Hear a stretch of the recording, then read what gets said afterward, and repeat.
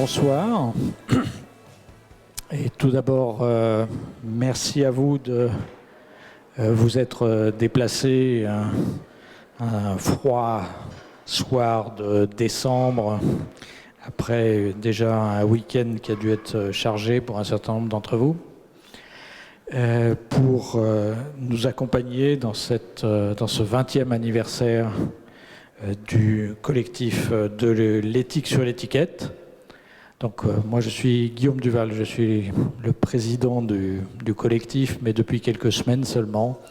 J'ai une légitimité assez faible à m'exprimer ce soir, même si du temps où Pascal Errard et Olivier Chabrol produisaient des carnets de notes, j'avais déjà eu à connaître des activités du collectif dans mes activités de rédacteur en chef d'Alternative économique, mais d'autres derrière moi, après moi, parleront de manière beaucoup plus compétente de l'histoire déjà longue maintenant de ce collectif.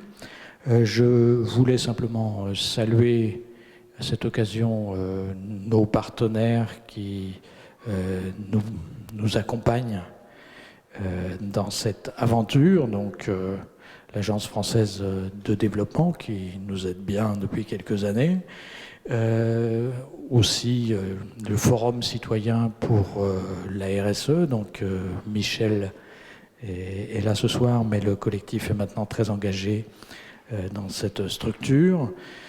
Et évidemment, saluer et remercier en particulier nos membres. Alors je ne vais pas tous les citer parce qu'il y a 18 organisations maintenant au sein du collectif, mais ce sont eux qui nous permettent d'exister, puisque nous sommes une association d'associations. C'est en particulier eux qui nous permettent d'exister sur le terrain à travers les collectifs locaux de l'éthique sur l'étiquette. Alors évidemment, tout d'abord, saluons Artisans du Monde qui avait joué un rôle majeur à la fois dans la création dans la première période de ce collectif, le CCFD, Terre Solidaire, qui nous accompagne très régulièrement sur le terrain en particulier, évidemment la Confédération française démocratique du travail qui nous accueille et nous soutient matériellement de manière très importante, mais aussi encore le peuple solidaire avec lequel qui nous a bien dépanné sur les appels urgents pendant une longue période, ou encore dans un autre domaine, puisque nous regroupons des associations très diverses, Léo Lagrange sur les associations de consommateurs. Je m'excuse par avance auprès de tous les autres partenaires que je n'ai pas cités, les autres membres, mais je les remercie en tout cas très vivement d'être présents ce soir. Alors, je suppose, mais d'autres en parleront mieux que moi, que ces 20 ans, pour un certain nombre de ceux qui ont accompagné cette aventure depuis le début, les résultats paraissent sans doute encore assez minces aujourd'hui. C'est vrai que la situation des droits des travailleurs s'est peu améliorée durant toute cette période. Il y a encore beaucoup à faire, mais en même temps, ce que je voulais partager avec vous ce soir, c'est simplement une conviction, c'est que même si ce travail a eu relativement peu de résultats aujourd'hui, je pense que nous en sommes à un point de basculement dans la mondialisation où cette accumulation de travail de conscientisation, de pression sur les entreprises peut amener malgré tout assez rapidement maintenant à des basculements significatifs si nous sommes capables de maintenir et d'accroître cette pression. On le voit dans le secteur dans d'autres secteurs connexes comme ceux de la crise environnementale, où on vient malgré tout, malgré le lobbying de beaucoup de très grandes entreprises d'enregistrer des résultats significatifs, même s'ils restent insuffisants ce week-end. On le voit dans la lutte contre les paradis fiscaux, où les questions de transparence fiscale des multinationales, des banques progressent malgré tout. On le voit dans le domaine social, aussi à travers le projet de loi qui est en discussion aujourd'hui sur la responsabilité des sociétés mères des multinationales, un travail que mène en particulier le Forum citoyen pour la RSE, mais auquel nous sommes très attachés et dans lequel nous sommes très engagés. Donc je crois que nous sommes à un moment où tout ce travail accumulé depuis 20 ans peut commencer à porter des fruits. En tout cas, nous y travaillons et nous entendons y travailler dans le futur avec la campagne soldée qui est encore en cours mais qui est en train de se terminer, avec aussi les actions que nous entendons mener l'an prochain autour en particulier des événements sportifs et de l'Euro 2016 que nous connaîtrons donc à l'été et qui devraient nous permettre de mettre la pression de nouveau sur les fabricants de matériel sportif et de vêtements sportifs. C'est une vieille tradition du collectif, mais on va renouer avec celle-ci et j'espère que cette fois on réussira à les faire bouger. Voilà, je passe la parole. Je pense que c'est Jean-Michel qui enchaîne directement. Bonsoir. Je suis Jean-Michel Bailly, un ancien salarié. Ça fait déjà 9 ans que j'ai quitté le collectif, mais Naïla a pensé à moi pour essayer de dire quelques mots d'histoire. Alors excusez mes imprécisions, j'ai eu que quelques heures pour préparer un petit quelque chose, mais je vous propose une petite histoire du collectif et donc un flashback. On est en 1995, la France vient de prendre la présidence du Conseil de l'Union européenne, on inaugure le pont de Normandie et c'est l'entrée en vigueur des accords de Schengen. Mais plus important, c'est une campagne d'opinion qui voit le jour sous la forme d'une interpellation qui en dit long, Liberté fringue. C'est encore d'actualité aujourd'hui, comme nous l'a dit Guillaume. Elle s'adresse principalement aux jeunes. La formulation même liberté fringue, on voit qu'il y avait une intention d'associer les jeunes à travers tous les phénomènes de mode. Rapidement, sous l'impulsion d'Artisans du Monde, et puis d'autres, des associations de solidarité internationale, des mouvements d'éducation populaire et des syndicats s'unissent pour donner de l'ampleur à cette campagne. Il s'agit déjà de dénoncer le non-respect des droits de l'homme au travail et de demander de la transparence sur les conditions de fabrication des vêtements. En 1996, une nouvelle campagne est lancée. Elle s'intitule « De l'éthique sur l'étiquette ». 43 organisations qui la soutiennent, qui intègrent à ce moment-là déjà des organisations de consommateurs, se constituent alors en un collectif de l'éthique sur l'étiquette. Ce slogan devient un nom et une pétition autour de cet appel de l'éthique sur l'étiquette rassemble 113 000 signatures. Il y a eu d'autres pétitions après qui ont battu ces records. Alors j'ai plus les chiffres en tête, mais ça pourrait être retrouvé. Il y a des journalistes qui ont des archives précieuses. Excusez-moi pour cet oubli, Alzheimer doit arriver maintenant peut-être. En 98, c'est le mondial de foot en France. Et la campagne Jouez le jeu, faites gagner les droits de l'homme. En 99, c'est une campagne pour un label social qui voit le jour. Donc on voit qu'on en est loin peut-être d'avoir ce label social, mais on voit le progrès entre liberté fringue, jouer le jeu avec une actualité, un label social, on a déjà une grande direction qui est donnée. Puis s'ouvre un nouveau champ autour des achats publics. 2 campagnes successives pour l'école Consommons éthique et achat public, achat éthique. On est en 2000 et 2001. On voit qu'il y a les consommateurs au départ de ceux qui vont dans les magasins. On s'adresse aussi aux consommateurs publics qui a un pouvoir d'achat énorme et qui peut aussi, à son tour, jouer le jeu et faire pression auprès de tous ceux qui fabriquent des vêtements, mais aussi tous autres objets de consommation courante. Retour ensuite à des campagnes pour le grand public. Exploiter n'est pas jouer, avec des happenings, notamment avec des Pères Noël en grève. On arrive à Une période où on pourrait revoir des Pères Noël en grève qui pourraient exiger à nouveau et toujours d'avoir un label pour pouvoir voir qu'est-ce qu'on va mettre dans le soulier de nos chers bambins pour être garanti que ça soit fabriqué dans des bonnes conditions. Puis, de 2004 à aujourd'hui, d'autres campagnes, je ne vais pas toutes les citer. Jouer le jeu pour les JO, droit des travailleurs, liquidation totale, pour des achats sportifs responsables, jouer le jeu, et puis le fameux hashtag soldé, qui est toujours en action, où il y a les petites étiquettes derrière, où on voit que c'est pas fini. Il y a besoin de s'investir. L'histoire, depuis 20 ans, elle a juste commencé. Elle va peut-être durer longtemps, mais personne ne la lâchera.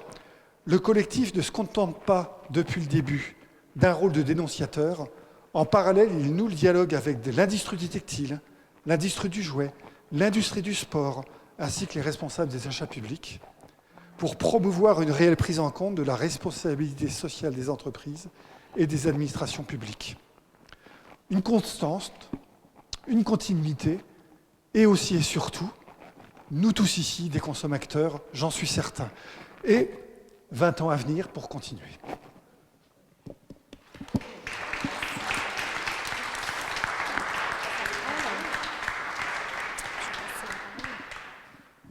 Je passe la parole à Maïté.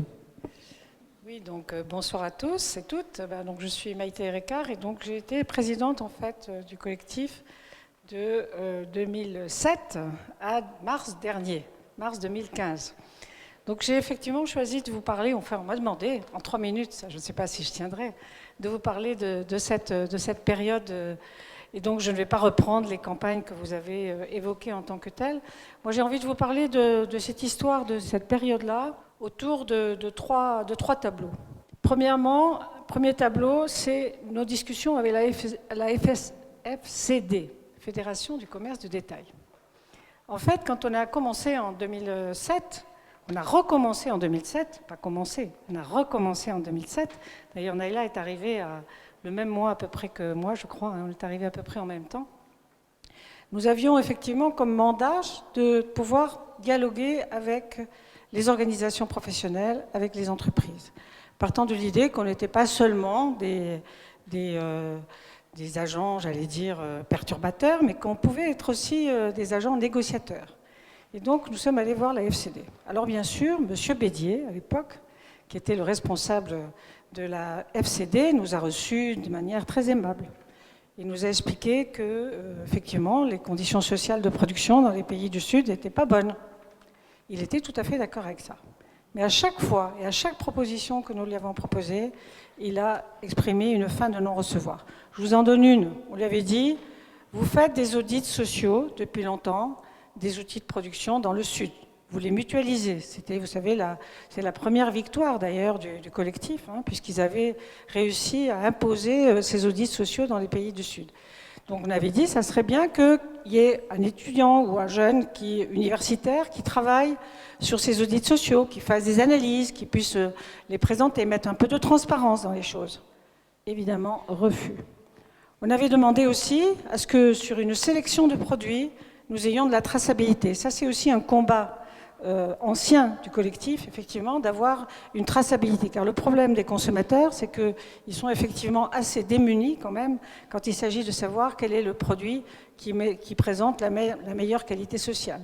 Donc nous avions dit, un peu dans l'esprit de ce qui se passait aussi sur les produits, j'allais dire, sur la écologique, nous avions dit, on va prendre quelques produits, on prend des produits, pas tous les produits, et surtout pas la mode la plus récente, mais les chaussettes, un certain nombre de produits, et on va travailler sur la traçabilité de ces produits. Refus.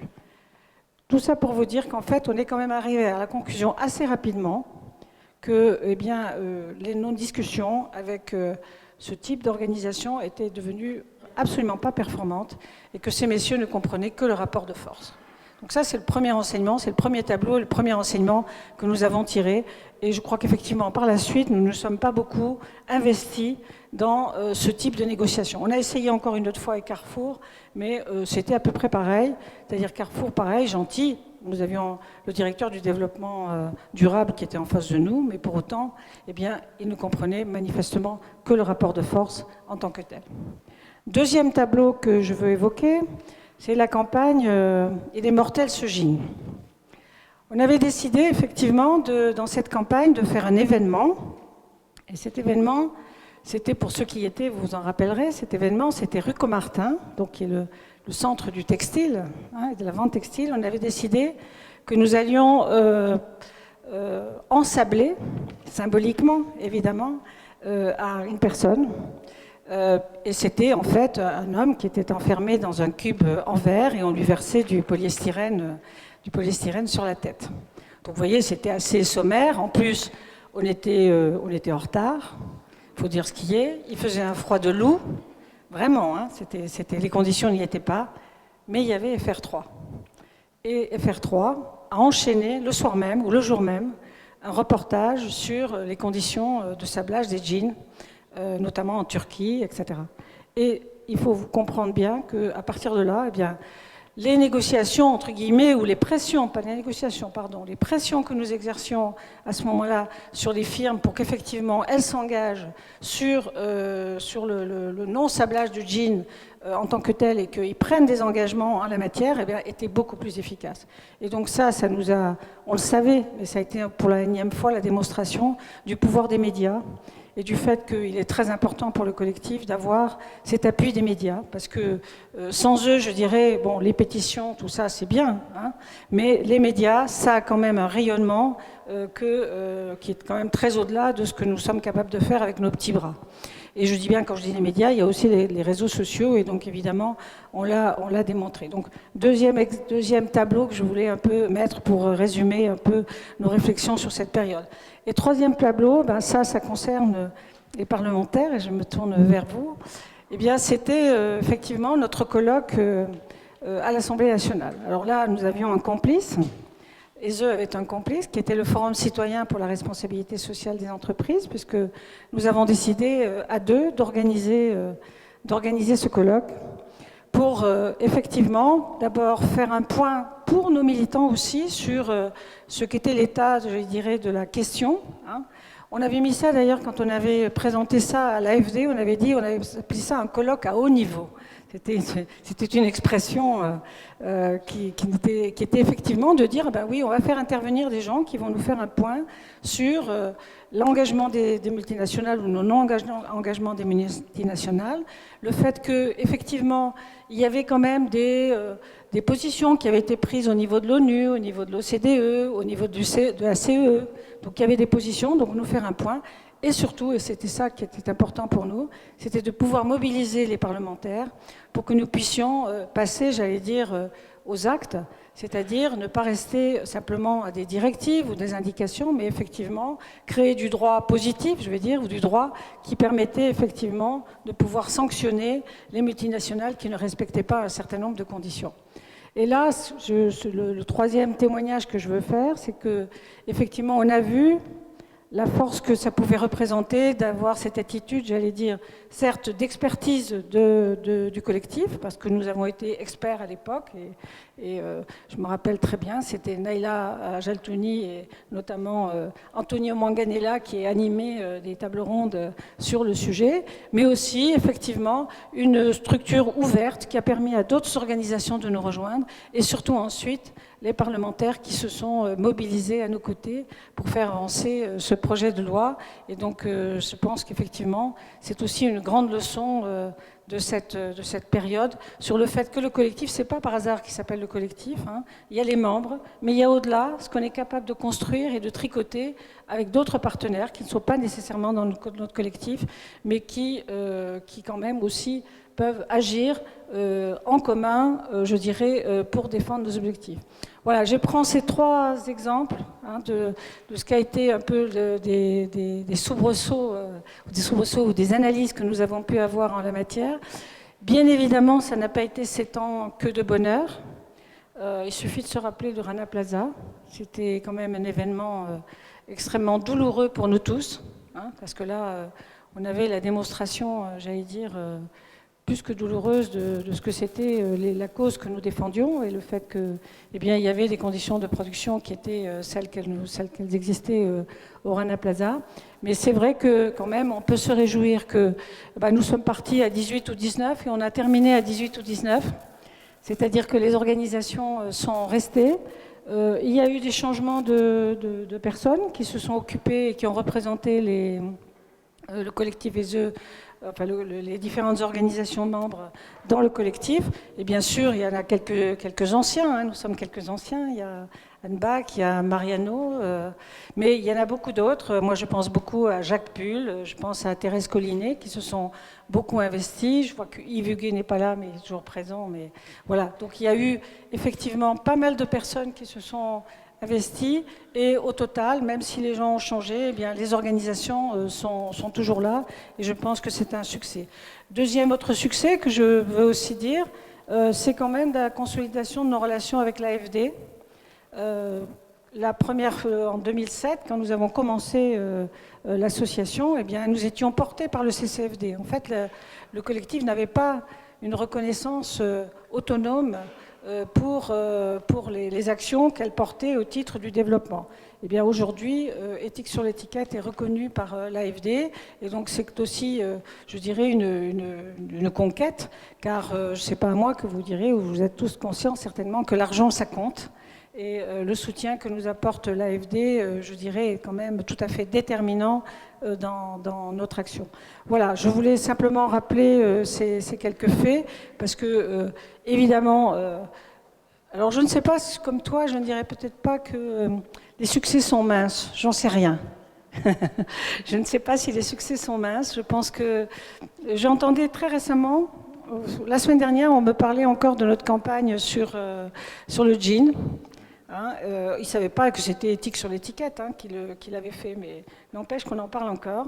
Hein, voilà. Et puis on a fait une étude d'évaluation où il ressortait qu'il y avait 15% des gens qui avaient entendu parler quand même du collectif Éthique sur l'étiquette dans la dernière évaluation. Donc je trouve que c'est pas si mal pour une petite organisation comme nous, mais grande par ses adhérents, mais néanmoins effectivement, bon, soyons modestes, effectivement quand même qu'on a toujours un petit peu facilité les actions de terrain.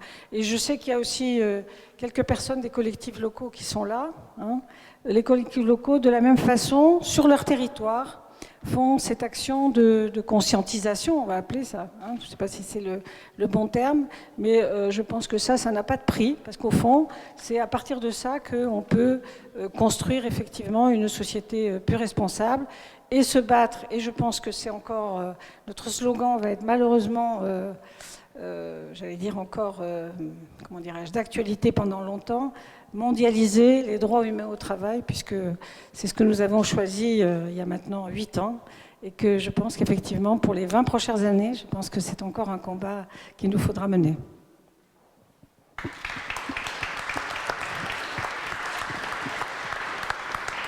Merci. Donc, Daniel Roy, on a déjà beaucoup parlé de vous indirectement. Merci, bonsoir à tous. Avant de continuer l'histoire, puisque quelque part c'est ce que nous sommes en train de faire, je voudrais quand même dire qu'il paraît que 20 ans c'est le bel âge. Donc 20 ans d'un collectif, c'est quelque chose qui se fête, est-ce qu'on est en train de faire ensemble. Et je voudrais quand même remercier spécifiquement Maïté qui vient de nous expliquer les combats, Guillaume Duval qui a le courage de reprendre le flambeau et je pense que ce sera avec grand succès. Mais moi j'ai une pensée un peu plus particulière pour Naïla Jaltouni, parce que si nous avons réussi, je vais vous en reparler très très brièvement, à mettre en place un projet de loi, une proposition de loi, qui est un petit peu ensablée tout de suite, mais malgré tout, c'est parce que nous avons travaillé ensemble, et moi j'ai appris à travailler avec Naïla, avec quelques autres aussi, de CCFD, etc., des gens qui nous ont, mais profondément, nous les parlementaires, aidés non seulement à comprendre et à faire ce cercle de vertueux, en quelque sorte, de réflexion sur la responsabilité sociale et sociétale des multinationales par rapport à leurs filiales et leurs sous-traitants, mais qui nous a permis de comprendre, de rencontrer et donc d'enrichir non seulement notre argumentaire, mais nos personnes, et ça c'est encore beaucoup plus précieux. Et bien entendu, je vais du coup remercier aussi toutes les associations de solidarité, les syndicats, les mouvements de consommateurs et les associations d'éducation populaire. Mais je voudrais y associer aussi, parce que vous en avez beaucoup parlé, mais tous les travailleurs qui, dans les pays du Sud, du côté du vêtement, subissent effectivement des conditions de travail épouvantables, les ouvrières, les ouvriers, qu'ils soient au Maghreb, qu'ils soient en Turquie, qu'ils soient en Afrique ou qu'ils soient effectivement, et pensez au Rana Plaza, qu'ils soient au Bangladesh ou en Inde. Ça, c'est la première chose que je voulais dire, parce qu'il y a quand même un paradoxe terrible, surtout en ces périodes de fêtes et d'achat, hein, souvent, à avoir le plaisir d'acheter un vêtement, mais de dire je le veux le plus beau possible, le moins cher possible, et de ne pas penser que pour ceux qui fabriquent, de l'autre côté, si on acceptait de payer 1 ou 2 centimes de plus, on leur permettrait d'avoir un salaire décent et de vivre décemment. Je crois que ça, c'est encore un combat que nous avons à mener, et je crois que du coup, je suis beaucoup moins pessimiste que Guillaume ce soir, nous allons finir par déplacer les montagnes. Il paraît qu'il y a un proverbe chinois qui donne la méthode. On peut peut-être la reprendre. Mais en tout cas, il y a quand même, j'allais dire, un plat dans la porte. Alors, face à cette double contradiction qui fait que d'un côté, on exploite de façon épouvantable les gens au point de leur faire risquer la mort dans leurs conditions de travail. Le Rana Plaza en est l'exemple le plus connu, ces fameux damnés du low cost. Mais de l'autre côté, nous, on s'est désindustrialisé et du coup, on a perdu des emplois parce que on ne savait plus on n'avait plus les structures dirigeantes suffisantes au niveau européen. Et au bout du compte, puisqu'on est en période de COP21, il y a quelque chose qui a profité au mauvais sens du terme de tout ça, c'est effectivement le climat, parce que les émissions de gaz à effet de serre, elles se développent partout, elles se développent sans compter, et quelque part le tout jetable, qui est un petit peu la philosophie et la culture qui est encore bien trop présente en Europe, c'est celle qui aussi fait qu'on utilise les énergies sans beaucoup de ménagement, et je crois que ça, c'est épouvantable. La deuxième chose qui me paraît importante, donc par rapport à notre planète et par rapport à nous-mêmes, c'est notre responsabilité en matière de justice sociale et environnementale. Et c'est bien pour ça que nous sommes partis ensemble dans cette aventure. Parce que le double défi, nous avons essayé de le porter. Alors nous étions 3 parlementaires, Dominique Potier, Philippe Noguès et moi-même. Je représente du coup, à moi toute seule, j'en refais 3 à la fois. C'est pas facile, mais je vous assure que c'est formidable. Et nous avons travaillé vraiment main dans la main avec toutes les organisations, en particulier Éthique sur l'étiquette, parce que nous croyons qu'il est possible de faire bouger par la loi. On a rencontré les entreprises. Alors moi, je vais juste vous donner un exemple. La première fois que nous avons rencontré la FEP, c'est-à-dire les juristes du MEDEF, ils nous ont expliqué que nous, les parlementaires, on ne savait pas ce que c'était que la loi et donc on ne saurait pas la faire. Et sans coup faire rire, ils nous ont dit, de toute façon, ne vous préoccupez pas des problèmes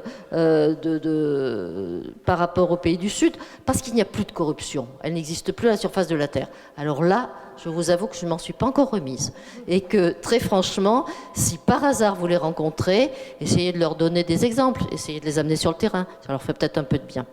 En tout cas, où en sommes-nous aujourd'hui ? Aujourd'hui, donc, il y a eu, au mois de janvier dernier, dans la niche écologiste, puisque moi je suis écologiste, on a porté une proposition de loi avec 3 parties. Une partie qui changeait le droit administratif, une partie qui changeait le droit commercial et une partie qui changeait le droit pénal. Alors, c'est pas passé, on nous a expliqué au dernier moment que c'était pour des problèmes de rédaction juridique. Bon, ce texte n'est pas passé, mais un second texte, un peu plus faible, mais qui met quand même le pied dans la porte, a été voté à l'Assemblée nationale et donc après est parti au Sénat. Alors, pour le faire passer au Sénat, ça a été toute une aventure aussi. Il a fallu faire des pressions diverses et variées parce que, bon, on oubliait, le gouvernement oubliait de le présenter au Sénat. C'est vrai que le gouvernement a énormément de textes et de projets et il n'avait pas pourtant les drames que nous connaissons aujourd'hui sur le feu, si je puis dire, mais ça a été difficile. En tout cas, ce qui est sûr, c'est que le Sénat a tout détricoté. C'est tout à refaire. Ça a été rejeté et même assez violemment, je vais le dire. Ça va repasser à l'Assemblée nationale, donc on va retricoter ce qu'ils ont détricoté, ça vous savez bien. C'est au moins l'avantage qu'au bout du compte, l'Assemblée nationale est la structure qui peut... Mais il faut que nous le fassions repasser, il faut que nous trouvions un moyen de le remettre à l'ordre du jour de l'Assemblée nationale. Alors, comme moi je suis président de la Commission des affaires européennes, en même temps, puisque l'argumentaire était sans arrêt, ah oui, mais on ne peut pas partir tout seul, et l'Europe, eh bien, c'est de porter le sujet à l'Europe. Donc aujourd'hui, par un système qui est tout récent, hein, que les parlementaires nationaux essaient d'appliquer, qui s'appelle le carton vert, hein, parce qu'il y a un carton jaune en général où on dit qu'on n'est pas content de l'Union européenne, mais il n'y avait pas de carton vert pour faire des propositions. Donc la RSE, la responsabilité sociale des multinationales par rapport à leurs filiales et leurs sous-traitants, aujourd'hui je l'ai présenté, enfin il y a quelques mois maintenant, je l'ai présenté donc au moment de la présidence luxembourgeoise, donc à Luxembourg, c'est assez rigolo, parce que depuis d'ailleurs la BEU a demandé à me voir, comme de quoi vous savez, parfois il y a des espèces de miracles qui se produisent. Et c'était pourtant pas encore Noël. Mais cette proposition, elle intéresse un certain nombre de parlementaires, de parlements, donc on va le porter ensemble pour que la Commission fasse une directive, c'est-à-dire une proposition de loi au niveau européen. Comme ça, on ne pourra pas nous dire ici, ah mais on ne peut pas le faire parce que l'Europe ne fait pas. Hein. Si l'Europe commence à travailler, bah, il faudra bien que tout le monde s'y mette. Pour le moment, on a quelques alliés, le Luxembourg, la Belgique, les Hollandais, pour d'autres raisons, les lords anglais, qui, eux, sont très, très contents parce qu'on les a aidés à mettre la proposition du gaspillage alimentaire sur le tapis. Alors, vous savez, un prêté pour un rendu, des fois, c'est utile. Les Italiens commencent à s'y intéresser. En tout cas, notre objectif, c'est bien que la responsabilité des multinationales par rapport à leurs filiales et par rapport aux sous-traitants soit traitée et au niveau européen et au niveau français, parce qu'on sait bien, les propositions de l'OCDE sont déjà là, on sait bien que s'il y a une espèce d'effet d'entraînement, après, ben, ça devrait suivre. Alors, et j'en finirai comme ça, pour l'anniversaire, pour les 20 ans, nous avons un projet. J'aimerais bien que l'année prochaine, pour les 21 ans, nous ayons une vraie loi qui soit en place. Et j'espère bien que tous ensemble, nous pourrons l'arroser à ce moment-là.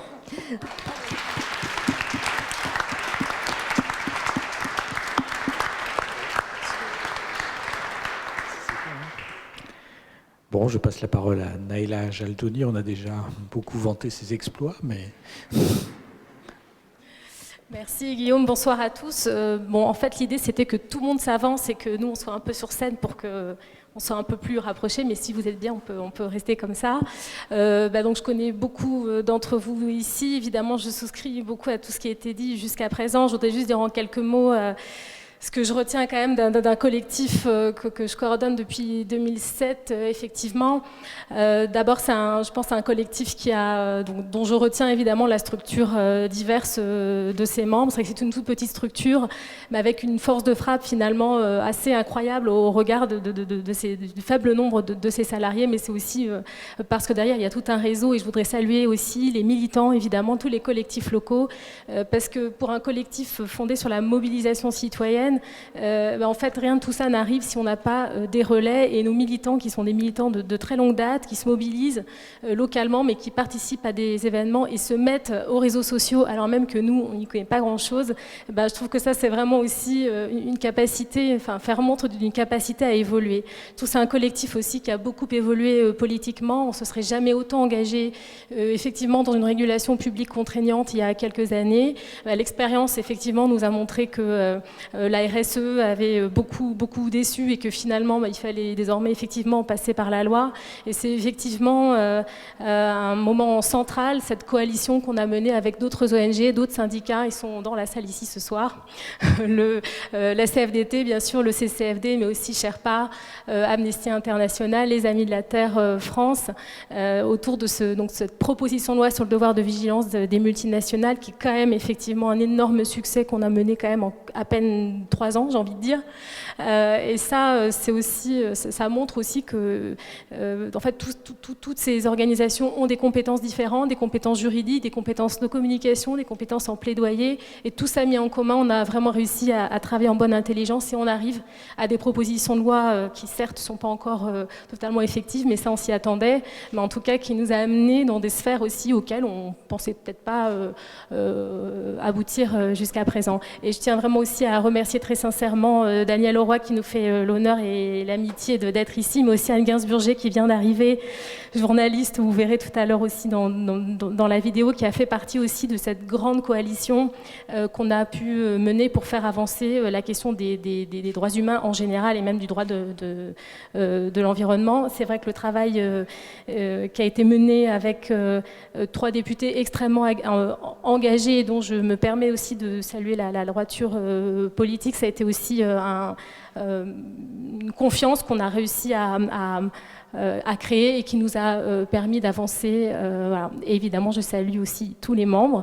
Je voudrais juste dire aussi qu'on a effectivement beaucoup gagné en visibilité. On a été malheureusement parfois servi par l'actualité, mais pas uniquement. Et je pense qu'aujourd'hui, Éthique sur l'étiquette est extrêmement reconnue, mais d'un rang très large de parties prenantes. Et je pense que c'est pas évident d'être en capacité d'à la fois de dénoncer et d'avoir un discours sans compromission, mais en même temps d'être reconnu comme un acteur expert et qui est en capacité, malgré qui est toujours capable de dénoncer, tout en étant un acteur de dialogue et un interlocuteur sérieux des pouvoirs publics, des parlementaires, des médias. Et ça, je pense que c'est une très belle réussite aussi du collectif. Pour finir, je dirais que moi, je continue à croire beaucoup en la mobilisation citoyenne. Je l'utilise beaucoup, on l'utilise beaucoup, mais on nous demande souvent, enfin moi, on me demande souvent à quoi on sert. Finalement, la meilleure réponse pour moi, ça a été de dire, si on n'était pas là, ce serait pire. Donc, je me dis, au moins, c'est sûr que si on ne demande rien, rien ne se passe. Ça, c'est un peu le leitmotiv et je pense que finalement, ça fonctionne assez comme ça. Donc, merci à nouveau Daniel Leroy, puis je laisse la parole à Anne Gainsburger qui rentre de montage, qui sort de montage.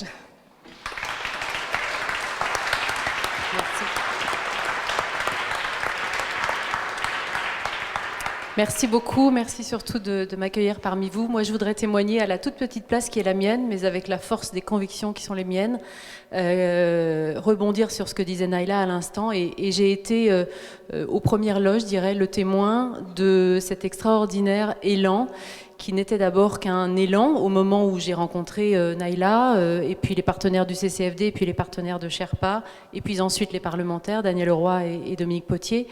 J'ai été frappée, moi je suis donc journaliste et documentariste, et j'ai été au lendemain de l'effondrement du Rana Plaza absolument, enfin la nuit même, saisie par ces images que je voyais.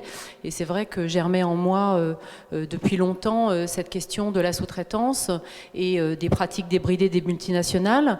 Je fais un métier qui est un métier magnifique, mais où malheureusement il faut convaincre souvent pendant des mois des chaînes de télévision de s'engager sur des projets forts et des projets citoyens et des projets qui ne sont pas que ou pas forcément ou pas du tout sensationnels, faisant appel aux émotions et à ce que les gens, ce par quoi les gens peuvent être effectivement immédiatement touchés. Donc j'ai saisi cette occasion et cette fort triste occasion de l'effondrement du Rana Plaza pour écrire dans la nuit qui a suivi un projet que j'ai proposé, un projet documentaire que j'ai proposé à France 5, qui voilà, il se trouve que je me suis adressée à des gens qui avaient été comme moi frappés par la force et l'immense tragédie des ouvrières du Rana Plaza. Donc le film exceptionnellement s'est lancé très rapidement, et c'est à cette occasion qu'on s'est rencontrés, que j'ai appelé Naïla, que je ne connaissais pas, qui m'a présenté ses partenaires. On s'est mis autour d'une table tous ensemble et puis on s'est dit comment essayer de faire vivre cette histoire sur des chaînes françaises avec lesquelles je travaille régulièrement et pour qui j'ai beaucoup d'estime, mais qui ont beaucoup de mal à passer les frontières de la France, et les actualités, l'actualité de notre pays étant, et on le sait tous bien, souvent bien compliquée. Voilà, c'est plus facile de s'intéresser à ce qui se passe chez nous qu'à ce qui se passe plus loin. Sachant qu'on a un peu comme ça, enfin nous ne l'avons pas, mais la plupart des gens ont cette idée que voilà, c'est loin et puis ça dure depuis longtemps, et alors pourquoi en parler aujourd'hui et pourquoi pas hier et pourquoi pas demain. Ben voilà, moi j'ai mis toutes mes forces et toutes mes convictions à convaincre France 5 que ce film devait exister. J'ai été très très aidée, très accompagnée. J'ai proposé à Naïla et à Antonio Manganella, qui travaillait à l'époque pour CCFD Terre Solidaire, d'être finalement quelque chose comme un fil rouge qui pourrait nous permettre d'avoir précisément un témoignage et une entrée française et une implication tout un réseau, puisqu'ils étaient effectivement à l'antenne dans le film, mais que l'idée, et on était bien d'accord là-dessus, c'est qu'ils ne soient pas des héros, qu'ils soient simplement porteurs d'un message et d'un message collectif. Donc c'est ce qu'on a fait vivre ensemble. On a passé 2 semaines ensemble au Bangladesh. J'ai suivi donc cette enquête qu'il menait et ces rencontres qu'il faisait avec des partenaires locaux, bien évidemment, des syndicats, des travailleurs. Et puis on a cheminé séparément et puis ensemble. Moi, j'ai rencontré des victimes, j'ai rencontré une avocate remarquable qui s'appelle Sarah Hossein et qui est connue au moins sur le continent asiatique et bien ailleurs, puisqu'elle est régulièrement invitée à de grandes conférences auprès des Nations Unies notamment et des organismes, des ONG de par le monde. Donc voilà, ce film s'appelle Les damnés du Holocauste. Il a été diffusé 1 an pile après la tragédie du Rana Plaza. C'était le temps du tournage, le temps de l'enquête, le temps du montage et puis l'occasion de frapper fort au moment, puisqu'entre-temps les parlementaires s'étaient très fortement mobilisés, en tout cas Daniel Leroy et Dominique Potier, avec, je peux témoigner, je ne suis pas quelqu'un qui travaille au quotidien auprès des hommes et des femmes politiques. J'ai des convictions politiques au sens le plus large du terme, mais je n'accompagne pas les politiques dans leur communication, on va le dire comme ça.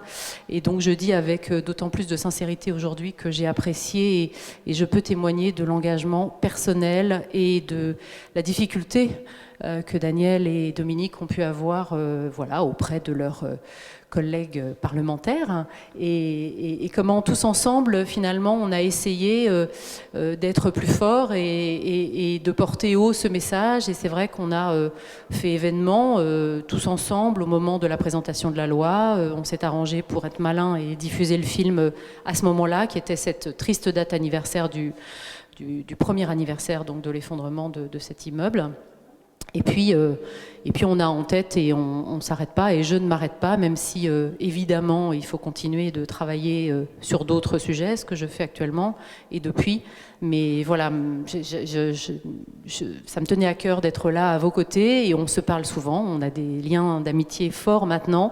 Et je crois effectivement, comme Naïla et comme vous ici, pardonnez-moi, j'ai pas entendu tout le monde puisque je suis arrivée un peu en courant, je crois fortement à cette mobilisation collective, je crois fortement que nos différences sont nos forces et que nos regards et nos appréciations, de nos sensibilités différentes, de nos couleurs politiques, de nos couleurs syndicales et de nos expériences de vie, de nos sensibilités, fait la force d'un combat au service des plus fragiles, au service des causes qui sont évidemment justes et évidemment impératives, et qu'il ne faut pas s'arrêter de poursuivre cette idée que les citoyens, accompagnés évidemment du législateur quand celui-ci a le courage d'y aller, les citoyens doivent pousser à ce que des décisions soient prises, à ce que des lois soient votées et à ce que le témoignage des plus faibles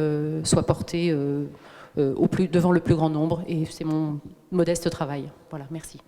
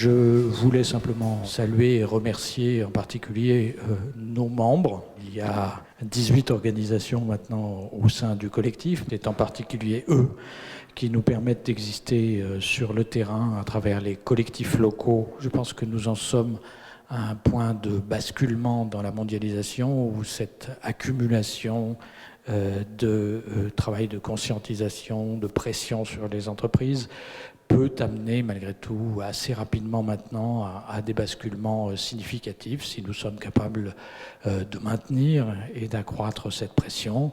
On le voit dans la lutte contre les paradis fiscaux où les questions de transparence fiscale des multinationales, des banques progressent malgré tout. On le voit dans le domaine social aussi à travers le projet de loi qui est en discussion aujourd'hui sur la responsabilité des sociétés mères, des multinationales. Nous sommes à un moment où tout ce travail accumulé depuis 20 ans peut commencer à porter des fruits. En tout cas, nous y travaillons et nous entendons y travailler dans le futur.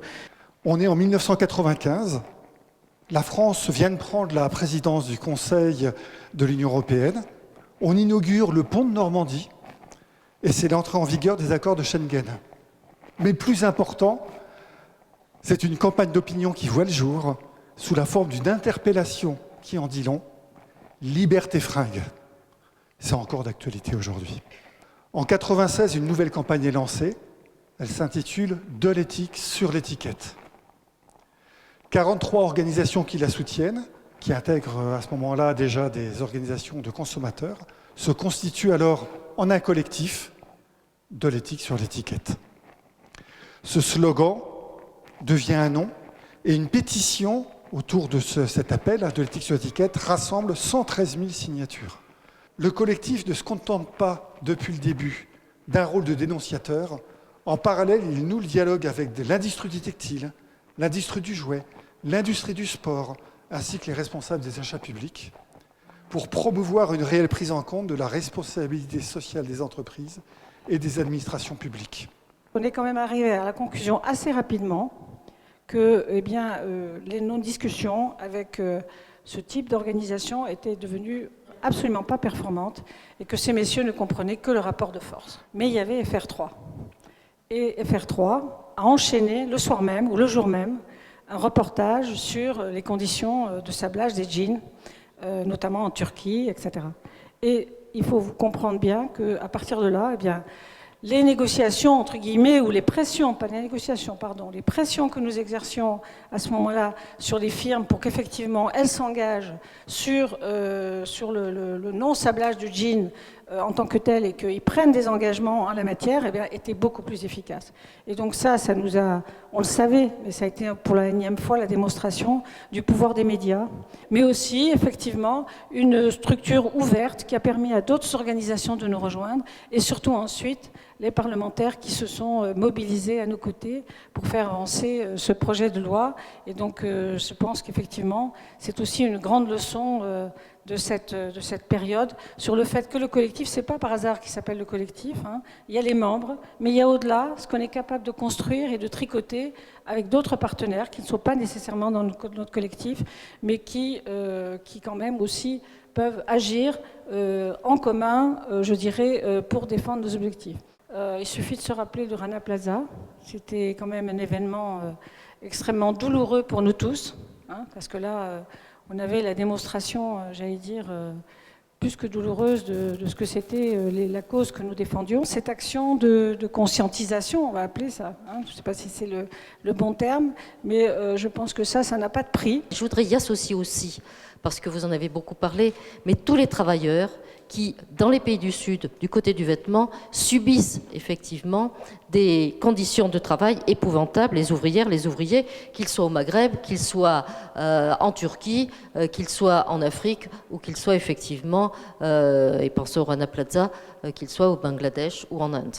Et nous avons travaillé vraiment main dans la main avec toutes les organisations, en particulier Éthique sur l'étiquette, parce que nous croyons qu'il est possible de faire bouger par la loi. En tout cas, notre objectif, c'est bien que la responsabilité des multinationales par rapport à leurs filiales et par rapport aux sous-traitants soit traitée et au niveau européen et au niveau français, parce qu'on sait bien, les propositions de l'OCDE sont déjà là, on sait bien que s'il y a une espèce d'effet d'entraînement, après, ben, ça devrait suivre. Alors, et j'en finirai comme ça, pour l'anniversaire, pour les 20 ans, nous avons un projet. J'aimerais bien que l'année prochaine, pour les 21 ans, nous ayons une vraie loi qui soit en place. Et j'espère bien que tous ensemble, nous pourrons l'arroser à ce moment-là. C'est vrai que c'est une toute petite structure, mais avec une force de frappe finalement assez incroyable au regard du faible nombre de ses salariés, mais c'est aussi parce que derrière il y a tout un réseau, et je voudrais saluer aussi les militants, évidemment, tous les collectifs locaux. C'est un collectif aussi qui a beaucoup évolué politiquement. On ne se serait jamais autant engagé effectivement dans une régulation publique contraignante il y a quelques années. L'expérience effectivement nous a montré que la RSE avait beaucoup déçu, et que finalement il fallait désormais effectivement passer par la loi. Et c'est effectivement un moment central, cette coalition qu'on a menée avec d'autres ONG, d'autres syndicats autour de cette proposition de loi sur le devoir de vigilance des multinationales, qui est quand même effectivement un énorme succès qu'on a mené quand même en à peine 3 ans, j'ai envie de dire. On a été malheureusement parfois servi par l'actualité, mais pas uniquement. Et je pense qu'aujourd'hui, Éthique sur étiquette est extrêmement reconnue, mais d'un rang très large de parties prenantes. Et je pense que c'est pas évident d'être en capacité d'à la fois de dénoncer et d'avoir un discours sans compromission, mais en même temps d'être reconnu comme un acteur expert et qui est en capacité, malgré qui est toujours capable de dénoncer, tout en étant un acteur de dialogue et un interlocuteur sérieux des pouvoirs publics, des parlementaires, des médias. Et ça, je pense que c'est une très belle réussite aussi du collectif. Pour finir, je dirais que moi, je continue à croire beaucoup en la mobilisation citoyenne. J'ai été aux premières loges, je dirais, le témoin de cet extraordinaire élan.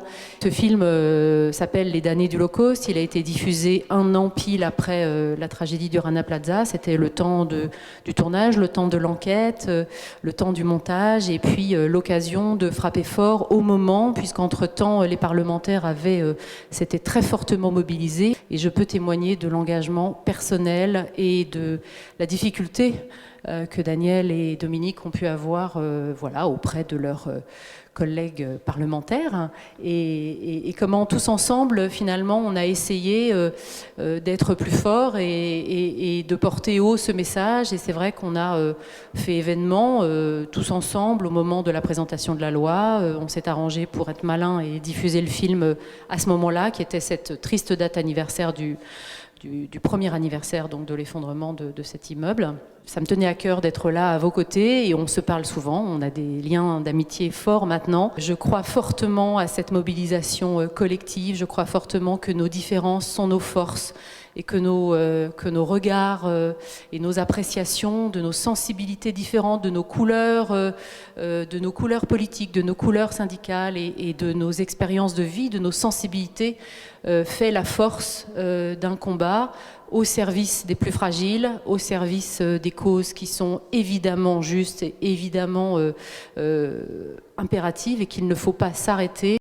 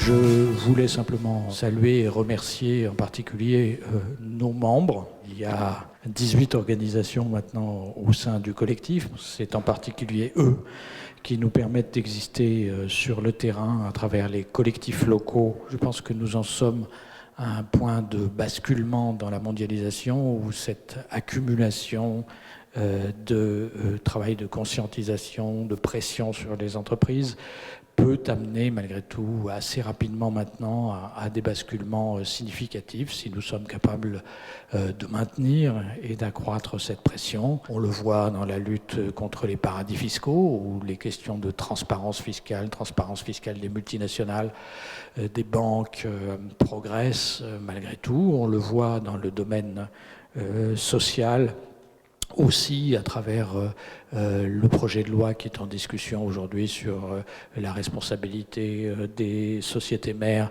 des multinationales. Nous sommes à un moment où tout ce travail accumulé depuis 20 ans peut commencer à porter des fruits. En tout cas, nous y travaillons et nous entendons y travailler dans le futur. On est en 1995. La France vient de prendre la présidence du Conseil de l'Union européenne. On inaugure le pont de Normandie et c'est l'entrée en vigueur des accords de Schengen. Mais plus important, c'est une campagne d'opinion qui voit le jour sous la forme d'une interpellation qui en dit long, Liberté fringue. C'est encore d'actualité aujourd'hui. En 1996, une nouvelle campagne est lancée. Elle s'intitule « De l'éthique sur l'étiquette ». 43 organisations qui la soutiennent, qui intègrent à ce moment-là déjà des organisations de consommateurs, se constituent alors en un collectif de l'éthique sur l'étiquette. Ce slogan devient un nom et une pétition autour de cet appel de l'éthique sur l'étiquette rassemble 113 000 signatures. Le collectif ne se contente pas, depuis le début, d'un rôle de dénonciateur. En parallèle, il noue le dialogue avec l'industrie du textile, l'industrie du jouet, l'industrie du sport, ainsi que les responsables des achats publics, pour promouvoir une réelle prise en compte de la responsabilité sociale des entreprises et des administrations publiques. On est quand même arrivé à la conclusion assez rapidement que les non-discussions avec ce type d'organisation étaient devenues absolument pas performantes et que ces messieurs ne comprenaient que le rapport de force. Mais il y avait FR3. Et FR3 a enchaîné le soir même ou le jour même un reportage sur les conditions de sablage des jeans, notamment en Turquie, etc.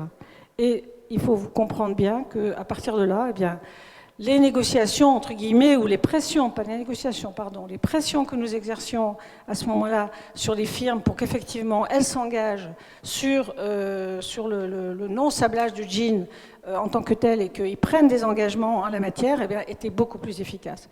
Et donc ça nous a, on le savait, mais ça a été pour la énième fois la démonstration du pouvoir des médias, mais aussi effectivement une structure ouverte qui a permis à d'autres organisations de nous rejoindre et surtout ensuite les parlementaires qui se sont mobilisés à nos côtés pour faire avancer ce projet de loi. Et donc je pense qu'effectivement c'est aussi une grande leçon de cette période sur le fait que le collectif, c'est pas par hasard qu'il s'appelle le collectif, hein. Il y a les membres, mais il y a au-delà ce qu'on est capable de construire et de tricoter avec d'autres partenaires qui ne sont pas nécessairement dans notre collectif, mais qui quand même aussi peuvent agir en commun, je dirais, pour défendre nos objectifs. Il suffit de se rappeler du Rana Plaza. C'était quand même un événement extrêmement douloureux pour nous tous, hein, parce que là, on avait la démonstration, j'allais dire, plus que douloureuse de ce que c'était la cause que nous défendions. Cette action de conscientisation, on va appeler ça, hein, je ne sais pas si c'est le bon terme, mais je pense que ça n'a pas de prix. Mais je voudrais y associer aussi, parce que vous en avez beaucoup parlé, mais tous les travailleurs qui, dans les pays du Sud, du côté du vêtement, subissent effectivement des conditions de travail épouvantables, les ouvrières, les ouvriers, qu'ils soient au Maghreb, qu'ils soient en Turquie, qu'ils soient en Afrique, ou qu'ils soient effectivement, et pensez au Rana Plaza, qu'ils soient au Bangladesh ou en Inde. Et nous avons travaillé vraiment main dans la main avec toutes les organisations, en particulier Éthique sur l'étiquette, parce que nous croyons qu'il est possible de faire bouger par la loi. En tout cas, notre objectif, c'est bien que la responsabilité des multinationales par rapport à leurs filiales et par rapport aux sous-traitants soit traitée et au niveau européen et au niveau français, parce qu'on sait bien, les propositions de l'OCDE sont déjà là, on sait bien que s'il y a une espèce d'effet d'entraînement, après, ben, ça devrait suivre. Alors, et j'en finirai comme ça, pour l'anniversaire, pour les 20 ans, nous avons un projet.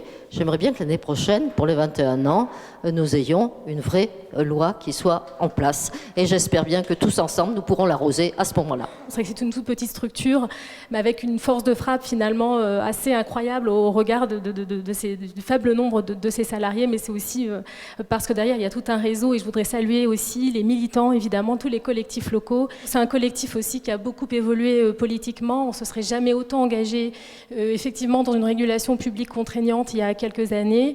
L'expérience, effectivement, nous a montré que la RSE avait beaucoup déçu et que finalement, il fallait désormais effectivement passer par la loi. Et c'est effectivement un moment central, cette coalition qu'on a menée avec d'autres ONG, d'autres syndicats, autour de cette proposition de loi sur le devoir de vigilance des multinationales, qui est quand même effectivement un énorme succès qu'on a mené quand même en à peine 3 ans, j'ai envie de dire. On a été malheureusement parfois servi par l'actualité, mais pas uniquement. Et je pense qu'aujourd'hui, Éthique sur étiquette est extrêmement reconnue, mais d'un rang très large de parties prenantes. Et je pense que c'est pas évident d'être en capacité d'à la fois de dénoncer et d'avoir un discours sans compromission, mais en même temps d'être reconnu comme un acteur expert et qui est en capacité, malgré qui est toujours capable de dénoncer, tout en étant un acteur de dialogue et un interlocuteur sérieux des pouvoirs publics, des parlementaires, des médias. Et ça, je pense que c'est une très belle réussite aussi du collectif. Pour finir, je dirais que moi, je continue à croire beaucoup en la mobilisation citoyenne. J'ai été aux premières loges, je dirais, le témoin de cet extraordinaire élan. Ce film s'appelle Les damnés du Holocauste. Il a été diffusé 1 an pile après la tragédie du Rana Plaza. C'était le temps du tournage, le temps de l'enquête, le temps du montage, et puis l'occasion de frapper fort au moment, puisqu'entre-temps, les parlementaires s'étaient très fortement mobilisés. Et je peux témoigner de l'engagement personnel et de la difficulté que Daniel et Dominique ont pu avoir auprès de leurs collègues parlementaires, et comment tous ensemble, finalement, on a essayé d'être plus forts et de porter haut ce message. Et c'est vrai qu'on a fait événement tous ensemble au moment de la présentation de la loi. On s'est arrangé pour être malin et diffuser le film à ce moment-là, qui était cette triste date anniversaire du premier anniversaire donc, de l'effondrement de cet immeuble. Ça me tenait à cœur d'être là à vos côtés, et on se parle souvent, on a des liens d'amitié forts maintenant. Je crois fortement à cette mobilisation collective, je crois fortement que nos différences sont nos forces, et que nos regards et nos appréciations, de nos sensibilités différentes, de nos couleurs politiques, de nos couleurs syndicales et de nos expériences de vie, de nos sensibilités, fait la force d'un combat au service des plus fragiles, au service des causes qui sont évidemment justes et évidemment impératives, et qu'il ne faut pas s'arrêter.